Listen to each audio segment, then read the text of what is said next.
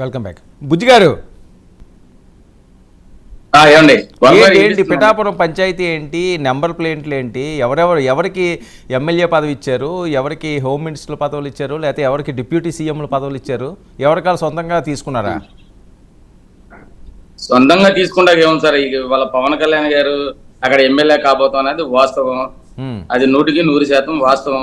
కాబట్టి జనసేన నాయకులు అలాగే జనసేన పవన్ కళ్యాణ్ గారు అభిమానులు నవ్వొద్దండి. శేఖర్ రెడ్డి గారు, ముందు మీకు ముసలి పండుగ 4వ తారీఖున మీరేం కంగారు పడొద్దు దీనికి.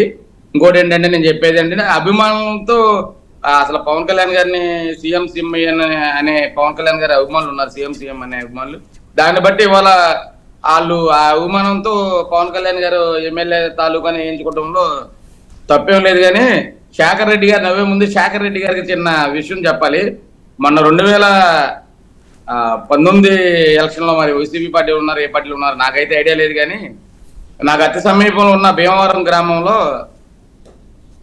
జగన్మోహన్ రెడ్డి గారు ప్రచారానికి వచ్చి గంధి శ్రీనివాసరావు గారిని, మీరు పవన్ కళ్యాణ్ గారి మీద గంధి శ్రీనివాస్ గారిని గెలిపించండి, నేను క్యాబినెట్ తీసుకుంటానని చెప్పిన వాస్తవమా కాదా? ఆ మాటలన్నీ ఆల్రెడీ రికార్డింగ్ అయి ఉన్నాయి.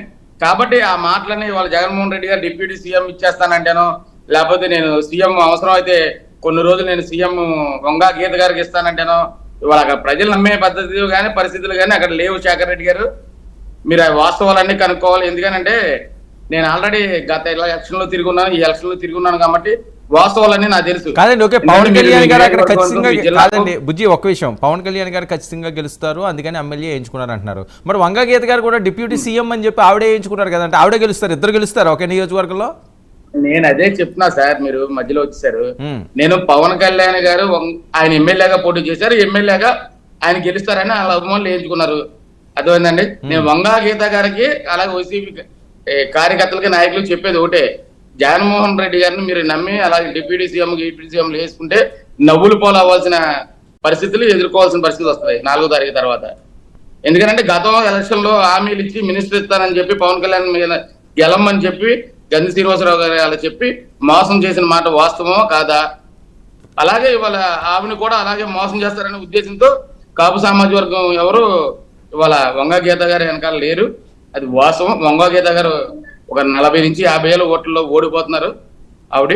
అలాగే మా ముద్రగడ్డ గారు పెద్ద ఆయన కూడా పేరు మార్చుకోబోతున్నారు 5వ తారీఖున. శేఖర్ రెడ్డి గారిని కూడా రమ్మనండి, 5వ తారీఖున ఆహ్వానం పంపుతాం. జరిగే వాస్తవం అయితే అదండి, 100% అక్కడ జరిగే వాస్తవాలు అయ్యి. ఓకే, ఆనంద్ సార్ గారు.